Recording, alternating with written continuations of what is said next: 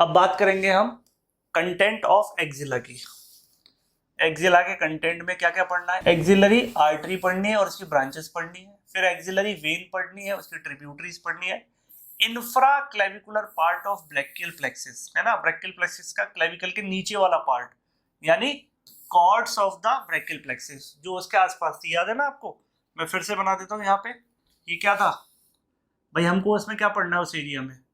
ये medial border है, ठीक है, पोस्टीरियर बॉर्डर है, लेटरल बॉर्डर है, एंटीरियर बॉर्डर है। क्लियर? इसके सेंटर में क्या, ये ग्राफ डायग्राम आप बना सकते हो, ठीक है। अब इनकी नेमिंग कर देते हैं अभी 1 मिनट में। ये क्या है? ये कौन सी वॉल है? मीडियल वॉल, ये लेटरल वॉल, ये पोस्टीरियर वॉल, ये एंटीरियर वॉल, ठीक है। ये क्या है? एक्सिलरी शीथ, ठीक है। ये क्या है? Axillary artery. ब्लू वाली क्या है? Axillary vein. और ये क्या है? ब्रैकियल प्लेक्सिस की लेटरल कॉर्ड, ब्रैकियल प्लेक्सिस की मीडियल कॉर्ड, ब्रैकियल प्लेक्सिस की पोस्टीरियर कॉर्ड। सब क्लियर है? बस हो गया यार। चलिए, और यहाँ पर क्या जाएंगी इसी एरिया में, और क्या बोले, लिम्फ नोड यहाँ पर नहीं आती क्योंकि लिम्फ नोड तो यहाँ पर आके, लिम्फ नोड सारी कहाँ पर है? ज्यादातर पेक्टोरल रीजन में जो हम पढ़ चुके हैं, ठीक है। लेकिन फिर भी हमें उसकी डिटेल यहाँ पर देखनी पड़ेगी। 5 group of axillary lymph node and the associated lymphatics. Clear है? The long thoracic and intercostal, long thoracic and intercostobrachial nerve, ये 2 नर्व देखनी है ब्रैकियल प्लेक्सिस के अलावा, है ना। ये 3 कॉर्ड से तो देखनी है, इनसे क्या ब्रांचेस निकलेंगी। एक्सिलरी फैट, इस रीजन में क्या होगा? काफी फैट होगा, कुशन का काम करेगा। जिससे क्यों? क्योंकि यहाँ पे आर्टरी और वेन वगैरह सब डायरेक्ट सुपरफिशियल है, तो इसके आसपास काफी सारा फैट होगा। ये कब हमारे ज्यादा विजिबल होंगी? जब हमारा हाथ एबडक्टेड होगा, तो ये एकदम सुपरफिशियल आएंगी और प्रेस करने पे काफी पेन होता है, क्योंकि यहाँ पर डायरेक्ट आप प्रेस करोगे तो नर्व से आप डायरेक्ट टच कर सकते हो, ठीक है। Axillary fat, areolar tissue in which the other content are embedded, ठीक है। और यहाँ पे एक्सिलरी फैट के साथ यहाँ पे क्या फ्यूज होता था? एक्सिलरी टेल ऑफ ब्रेस्ट, ठीक है। एक्सिलरी टेल ऑफ ब्रेस्ट, वो भी पीछे की तरफ चला जाता था ना टेल उसका। तो कंटेंट ऑफ एक्सिला में हमको अब पहला टॉपिक जो शुरू करना है वो है आपका axillary artery and it's branch. तो देखिए, एक्सिलरी आर्टरी हम डायरेक्ट शुरू करेंगे तो हमें कुछ समझ में नहीं आने वाला, क्योंकि जाहिर सी बात है, अगर हमें सोर्स पता है कि कहाँ से कोई चीज आ रही है, मान लीजिए कोई नदी है, ठीक है, कोई रिवर है, उसका ओरिजिन पता है, तो वो कहाँ कहाँ किसके शहर से होकर गुजरती है ये हमको बड़े आसानी से याद हो सकता है। लेकिन हमें पता नहीं है कहाँ से शुरुआत हुई है और कहाँ खत्म हो रही है, तो उस टाइम पे हमें दिक्कत होगी। तो उसी तरीके से मैं थोड़ा सा बेसिक बताऊंगा, जिससे कि आपको एक अंदाजा लगे कि पूरे हैंड का ब्लड सप्लाई किस तरीके से सर्कुलेट होता है, और उसके बाद फिर आपको पूरा टॉपिक ठीक से समझ में आने लगेगा। देखिए, the arterial supply of upper limb is derived by 5 main blood vessels proximal to distal. Proximal मतलब जो सबसे ऊपर होगा, यहाँ पर होगा, इस रीजन में होगा। डिस्टल मतलब यहाँ पर होगा, ठीक है। प्रॉक्सिमल टू डिस्टल किस तरीके से सप्लाई होती है? बेसिकली इसको कीवर्ड याद कर लो, नाम याद कर लीजिए आप, सबरू, ठीक है। ये मेन आर्टरीज है हैंड की, निमोनिक सबरू, है ना। एज फॉर सब क्लेवियस आर्टरी, सब क्लेवियस आगे जाके उसको क्या नाम हो जाता है? Axillary artery. एक्सिलरी आर्टरी का आगे जाके एक पर्टिकुलर एरिया में क्या नाम हो जाता है? Brachial artery. और ब्रैकियल आर्टरी आगे जाके डिवाइड हो जाती है 2 में, किस किस में? एक रेडियल साइड में रेडियल आर्टरी और अल्नर साइड में अल्नर आर्टरी। तो ये इस तरीके से ये यहाँ से शुरुआत होगी सबक्लेवियन आर्टरी की। अब सबक्लेवियन आर्टरी कहाँ से बनी है, इसको भी हमें समझना पड़ेगा।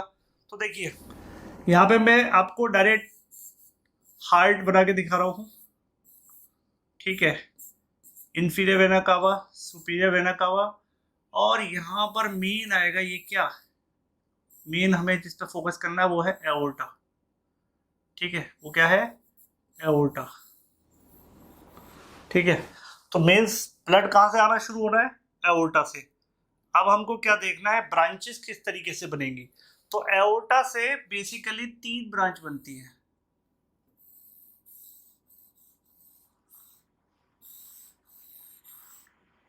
बस ये इस तरीके से दिमाग में बिठाते चलो। यहां से 3 ब्रांचेस निकलती हैं ऊपर की तरफ।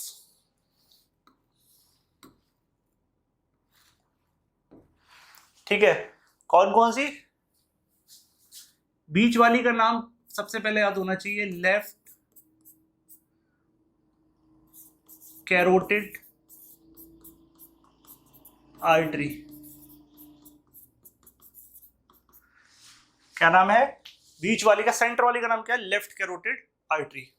इसके बाद राइट हैंड साइड वाली है ना, वैसे तो लेफ्ट है लेकिन मतलब मेरे इधर से लेफ्ट होगी मेरे साइड से, ठीक है, तो ये लेफ्ट है, तो ये लेफ्ट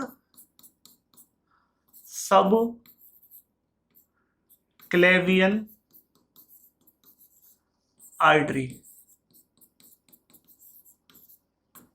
ये हो गई लेफ्ट सब क्लेवियन आर्टरी। तो ये राइट वाले क्या है? राइट वाले को बोलते हैं हम बीसीटी। बीसीटी का मतलब क्या है, यहां लिख देता हूं मैं, ब्रैकियो सिफेलिक ट्रंक। यहां पे इसके स्टार लगा देता हूं क्योंकि पूरे उस पर डायग्राम में जगह नहीं आएगी। Brachiocephalic trunk. इस ब्रैकियोसेफेलिक ट्रंक से क्या निकलता है? ये 2 ब्रांचों में बढ़ जाता है। एक तो इसका भाई लेफ्ट कैरोटिड का भाई कौन होगा?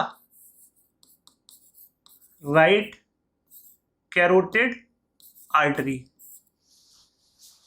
तो ये ऊपर जाने वाली कौन सी हो गई? हेड के लिए राइट कैरोटिड आर्टरी। और ये लेफ्ट सबक्लेवियन आर्टरी है, तो ये कौन सी हो गई बताइए?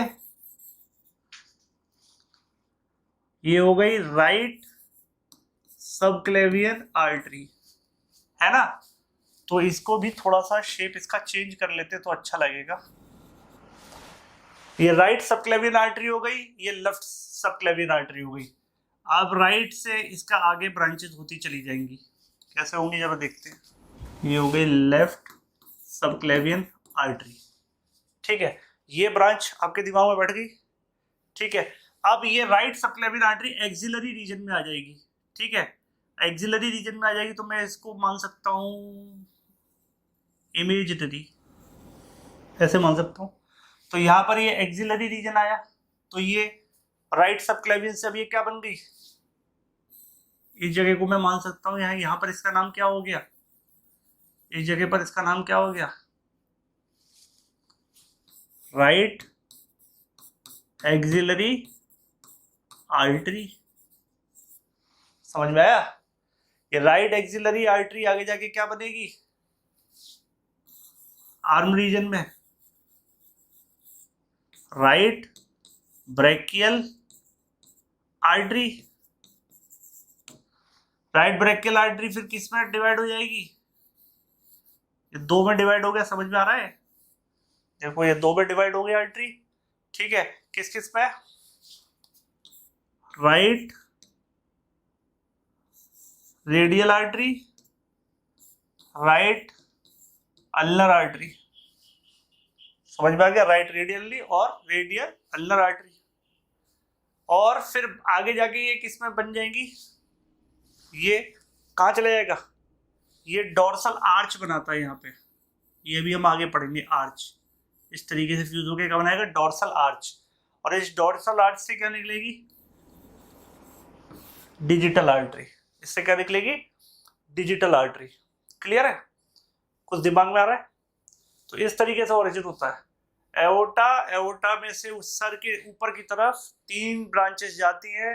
लेफ्ट सबक्लेवियन आर्टरी जो है डायरेक्ट ब्रांच है, ठीक है, डायरेक्ट ब्रांच है लेफ्ट, ठीक है, और राइट इनडायरेक्ट है।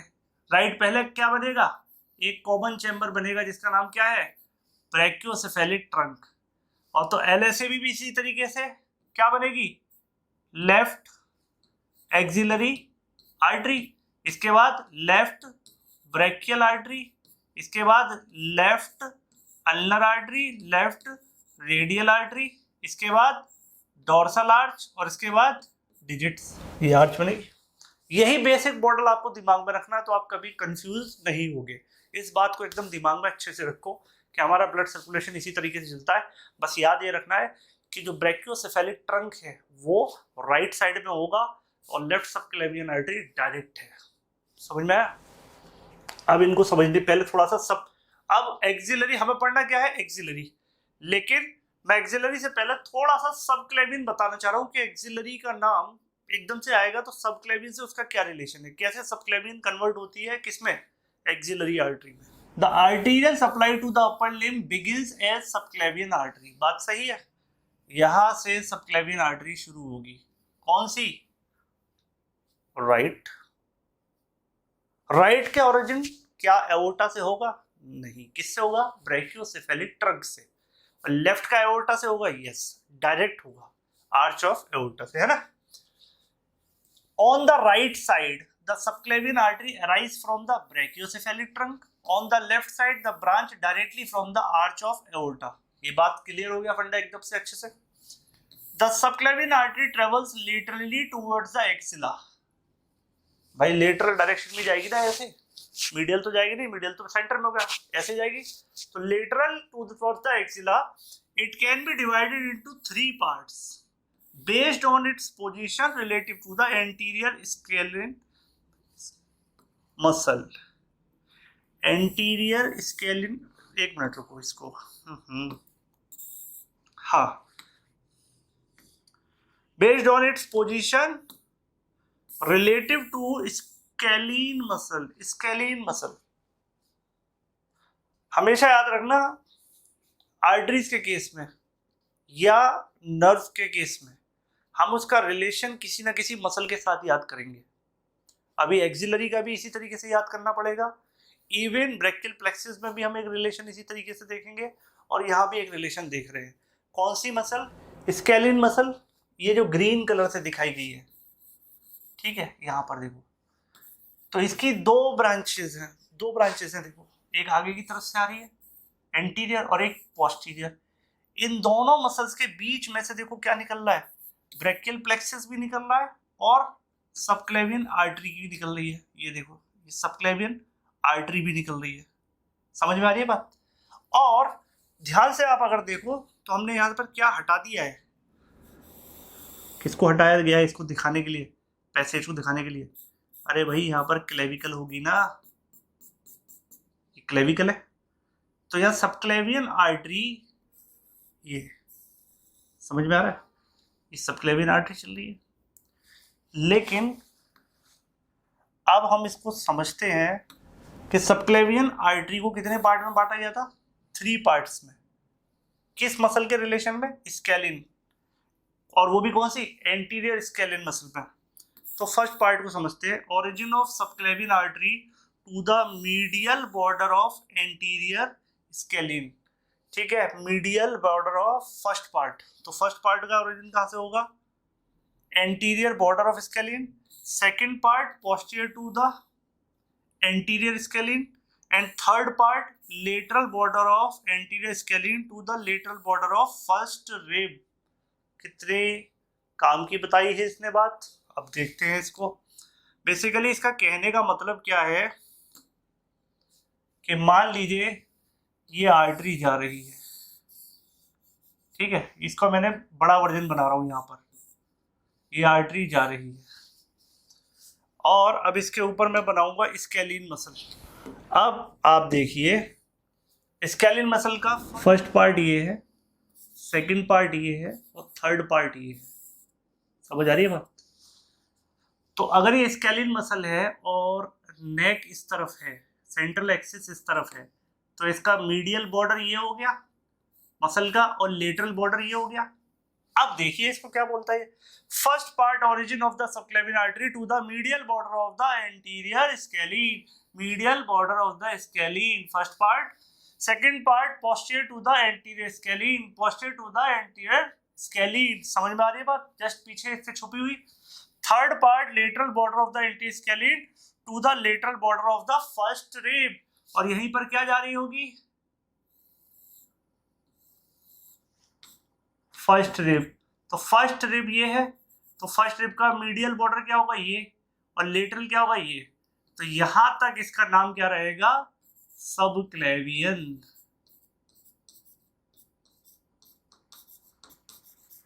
समझ आ रही है बात?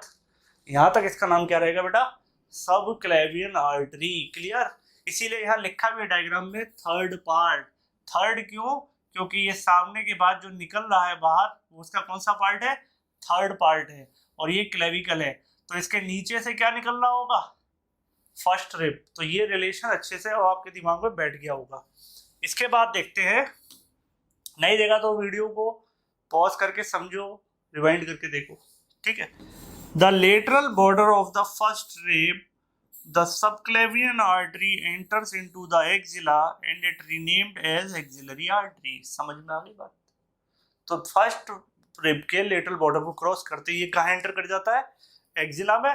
और एक्सिला में एंटर करते ही इसका नाम क्या हो गया? रीनेम्ड। अब इसका नया नाम क्या है? Axillary artery. क्लियर हुआ? अब बात करते हैं आपके एक्सिलरी आर्टरी की। देखिए यहाँ पे समझ में आ रहा है, यहाँ पर साफ साफ दिया गया है। देखो ये कौन सी रिब है? यहाँ पर देखिए रेड कलर दिख रहा है यहाँ तक, इसके बाद पिंक कलर हो गया है। तो यहाँ पर रेड से पिंक कहाँ हुआ है? Lateral margin of the first rib. ये फर्स्ट रिब है ना, इसके लेटरल मार्जिन पर। इसके बाद इसके भी 3 पार्ट है एक्सिलरी आर्टरी के, देखे जाए तो एक्सिलरी आर्टरी के 3 पार्ट है। First part, second part, third part. इसमें डिसाइडिंग फैक्टर कौन है? उसमें डिसाइडिंग फैक्टर है ये मसल। कौन सी मसल है ये? याद करो, कोरिकोइड प्रोसेस से कौन सी मसल आ रही थी? ये पेक्टोरलिस माइनर। Pectoralis minor. इसका डिसाइडिंग फैक्टर कौन है? पेक्टोरलिस माइनर है। और उसका डिसाइडिंग फैक्टर कौन था? सबक्लेवियन का। इसी नाम से थी ना मसल, स्केलीन। स्केलीन मसल उसका डिसाइडिंग फैक्टर था। Anterior aspect of the scalene muscle, posterior नहीं, एंटीरियर। और यहाँ पर डिसाइडिंग फैक्टर कौन है? Pectoralis minor. और lateral margin of first rib से इसका नाम चेंज हो रहा है। उससे पहले इसका नाम सबक्लेवियन आर्टरी है, इसके बाद एक्सिलरी आर्टरी है। क्लियर है? उसी तरीके से इसका नाम ब्रेकियल आर्टरी पड़ेगा कब? On the lower border of teres minor. ये जो मसल है ना, इसको क्रॉस करते ही, टेरिस माइनर के बॉर्डर को क्रॉस करते ही इसका नाम हो जाएगा, मतलब करीब करीब मिड शाफ्ट ह्यूमरस पे आके इसका नाम हो जाएगा ब्रेकियल आर्टरी। तो इस तरीके से नाम चेंज होता है, इसीलिए आपको मैंने शुरू से पढ़ाया है, इससे आपको याद रहे। तो axillary artery lies deep to the pectoralis minor. Clear है? It encloses in the axillary sheath a fibrous layer that covers the artery and the 3 cord of the brachial plexus. याद आया? एक्सिलरी शीथ मैंने बताया था क्या थी? Fibrous layer थी। It direction varies with the position of the arm. अभी arm की पोजीशन ये है तो ये इस तरीके से जा रही है। जब आर्म की पोजीशन ऐसे कर दूंगा तो इसकी डायरेक्शन चेंज हो जाएगी ना, आर्म की पोजीशन के हिसाब से वेरी करेगी इसकी direction. Importantly, the artery can be divided into 3 parts based on its position relative to the pectoralis minor. किस मसल से रिलेशन निकालते हैं इसका? पेक्टोरलिस माइनर से। First part, second part, third part. दोबारा से बना के देख लेते हैं तुरंत। ये है एक्सिलरी आर्टरी और इसके ऊपर से कौन निकल रहा है? ये पेक्टोरलिस। असल नंबरिंग कर देते हैं इसकी, first part, second part, third part. ठीक है? Clear? First part proximal to the pectoralis minor, pectoral minor से पहले। Second part posterior to the pectoralis minor, pectoral minor के नीचे। Third part distal to the pectoralis minor, इससे आगे। Clear है? The main branches of the axillary artery include. अब इस axillary artery से ब्रांचेस निकलती हैं, है ना? याद रखो, फर्स्ट पार्ट से एक ब्रांच निकलेगी, है ना? सेकंड पार्ट से 2 ब्रांच निकलती हैं, थर्ड पार्ट से 3 ब्रांच निकलती हैं। समझ में आ रहा है? इस तरीके से फर्स्ट से पार्ट से एक ब्रांच निकलेगी, सेकंड पार्ट से 2 ब्रांच निकलेगी, थर्ड पार्ट से 3 ब्रांच निकलेगी। इस तरीके से बेसिक सा याद रखो, नाम अभी याद करने की जरूरत नहीं करो। फर्स्ट पार्ट से जो निकलेगी उसका नाम होता है सुपीरियर थोरेसिक आर्टरी। अभी इसका डिटेल पढ़ेंगे हम लोग, अभी इसकी डिटेल हम लोग पढ़ेंगे। इसको बोलते हैं फर्स्ट पार्ट से निकलने वाले को बोलते हैं superior thoracic artery, second part से निकलती है थोरैको एक्रोमियल आर्टरी और लेटरल थोरेसिक आर्टरी। ठीक है, यानी फर्स्ट और सेकंड पार्ट से जो निकल रही है उन दोनों में क्या वर्ड आ रहा है कॉमन, याद कुछ रहे ना रहे, थोरैक्स, क्योंकि थोरैक्स रीजन पे आएगी। थर्ड पार्ट से जो निकलती है आर्टरी वो कौन सी है, सबस्कैपुलर आर्टरी है और anterior and posterior circumflex artery, anterior and posterior circumflex artery. तो बिल्कुल अच्छे से दिमाग में बिठा लो इस बात को, एक्सिलरी आर्टरी किसका कंटिन्यूएशन है, सब क्लेवियन आर्टरी का, किसके बाद, lateral border of first rib. इसके बाद इसको भी तीन पार्ट में डिवाइड करते हैं, किसके रिलेशन में, पेक्टोरलिस माइनर के में। पेक्टोरलिस माइनर मसल से पहले वाला फर्स्ट पार्ट, उसके नीचे वाला सेकंड पार्ट और उससे आगे वाला थर्ड पार्ट। टेरिस मेजर के बॉर्डर पे जाके इसका नाम चेंज हो जाएगा ब्रैकियल आर्टरी में, वहां तक इसका नाम रहेगा एक्सिलरी आर्टरी। टोटल इसमें से देखा जाए तो 6 ब्रांचेस निकलती हैं। किस तरीके से निकलती है, फर्स्ट पार्ट से एक ब्रांच निकलती है, सेकंड पार्ट से 2 ब्रांच निकलती है, थर्ड पार्ट से 3 ब्रांच निकलती है। फर्स्ट पार्ट से जो ब्रांच निकलती है उसको बोलते हैं सुपीरियर थोरेसिक आर्टरी। ठीक है, सेकंड पार्ट से जो निकलती है उसको बोलते हैं थोरैको एक्रोमियल आर्टरी और lateral thoracic artery. Third part से जो 3 निकलती है उनके नाम क्या है, subscapular artery, anterior and posterior circumflex artery. ये पॉइंट आप याद रखेंगे। The anterior and posterior circumflex humeral artery forms an anastomotic network around the surgical neck of the humerus and can be damaged in case of fracture. At the lower border of teres major muscle, the axillary artery is renamed as brachial artery। बात सही है, ये बात तो समझ में आ गई। टेरिस मेजर के लोअर बॉर्डर पर, सबसे लास्ट बॉर्डर पे आगे इसका नाम क्या हो जाएगा, ब्रैकियल आर्टरी। अब ये क्या बोल रहा है, anterior and posterior circumflex. Circumflex का मतलब क्या है, सर्कमफ्लेक्स का सीधा मतलब ये है, मैं बता देता हूँ कि यहाँ पर आप देखिए जो इसमें से ब्रांचेस निकलेंगी ना, तो जो नेक है, ये ह्यूमरस की नेक है, कहां पर, सर्जिकल नेक।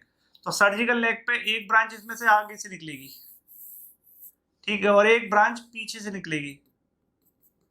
ठीक है, एक ब्रांच पीछे से निकलेगी, यानी कुल मिला के मान लीजिए ये नेक है, तो नेक के पीछे से एक ब्रांच आई और एक ब्रांच सामने से आई, इसको सप्लाई करेगी इस रीजन को। ठीक है, ऐसे सर्कल में, इसको बोलते हैं एनास्टोमोसिस नेटवर्क। ठीक है, एक दूसरे में उलझा हुआ, जिससे कि क्या होता है कि अगर मान लो किसी एक में ब्लॉकेज हो जाए तो अल्टरनेटिव पैटर्न में ब्लड सर्कुलेशन खत्म नहीं होना चाहिए पर्टिकुलर बोन का या पर्टिकुलर मसल का। तो एनास्टोमोसिस एक तरीके से कह सकते हैं आप कोलेटरल सर्कुलेशन है इस रीजन को, कि बाई चांस कुछ गड़बड़ी आ जाए तो ब्लड सर्कुलेशन प्रॉपर चलता रहे। तो ये जो एंटीरियर पोस्टीरियर सर्कमफ्लेक्स आर्टरी है, ये कौन से पार्ट से निकलती है, डायरेक्ट क्वेश्चन पूछ लेते हैं, थर्ड पार्ट से। ऐसे ही सब स्कैपुलर आर्टरी भी बनाएगी, लेकिन वो कहाँ पर बनाएगी, वो स्कैपुला के अराउंड एनास्टोमोसिस बनाएगी, वो भी आगे बैक वाले रीजन में पढ़ेंगे, स्कैपुलर रीजन में। तो ये सब वहाँ पे काम आता जाएगा धीरे धीरे। तो आई होप यहाँ तक आपको चीज़ें समझ में आई होंगी।